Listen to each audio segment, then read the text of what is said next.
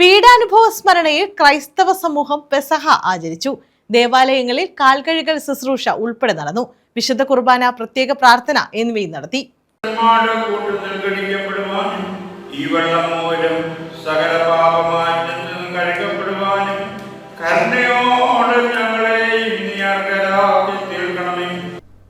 യേശുക്രിസ്തുവിന്റെ അന്ത്യ അത്താഴത്തിന്റെ ഓർമ്മ പുതുക്കിയാണ് ക്രൈസ്തവ സമൂഹം പെസഹ ആചരിച്ചത്. ക്രൈസ്തവ ദേവാലയങ്ങളിൽ വിശുദ്ധ കുർബാനയും പ്രത്യേക പ്രാർത്ഥനകളും നടന്നു. കാൽകഴുകൽ ശുശ്രൂഷയും നടത്തി. അന്ത്യ അത്താഴവേളയിൽ ക്രിസ്തു ശിഷ്യന്മാരുടെ പാദങ്ങൾ കഴുകിയതിനെ അനുസ്മരിച്ചാണ് ദേവാലയങ്ങളിൽ കാൽകഴുകൽ ശുശ്രൂഷ നടത്തുന്നത്. കുരിശുമരണത്തിന് മുമ്പ് യേശു തന്റെ ശിഷ്യന്മാർക്കൊപ്പം നടത്തിയ അന്ത്യ അത്താഴത്തെയാണ് ക്രൈസ്തവർ പെസഹയായി ആചരിക്കുന്നത്. ഇതെന്റെ ശരീരമാകുന്നുവെന്ന് പറഞ്ഞ് അപ്പവും രക്തമാകുന്നുവെന്ന് പറഞ്ഞ് വീഞ്ഞും പകുത്തു നൽകി. വിശുദ്ധ കുർബാന സ്ഥാപിച്ച ദിവസം കൂടിയാണ് പെസഹ വ്യാഴം എന്നാണ് വിശ്വാസം.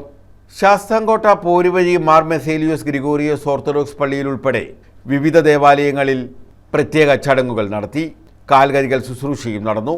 പോരുവഴി മാർ ബസേലിയോസ് ഗ്രിഗോറിയോസ് ഓർത്തഡോക്സ് പള്ളിയിൽ നടന്ന കാൽകഴുകൽ ശുശ്രൂഷയ്ക്ക് മാവേലിക്കര ഭദ്രാസനാധിപൻ എബ്രഹാം മാർ എപ്പിഫാനിയോസ് കാർമ്മികത്വം വഹിച്ചു. യേശുദേവന്റെ കുരിശുമരണത്തിന്റെ സ്മരണയിൽ വെള്ളിയാഴ്ച ക്രൈസ്തവർ ദുഃഖവെള്ളി ആചരിക്കും. ഞായറാഴ്ച ക്രിസ്തുവിന്റെ ഉയർത്തെഴുന്നേൽപ്പ് ദിവസം ഈസ്റ്റർ ദിനമായി ആഘോഷിക്കും.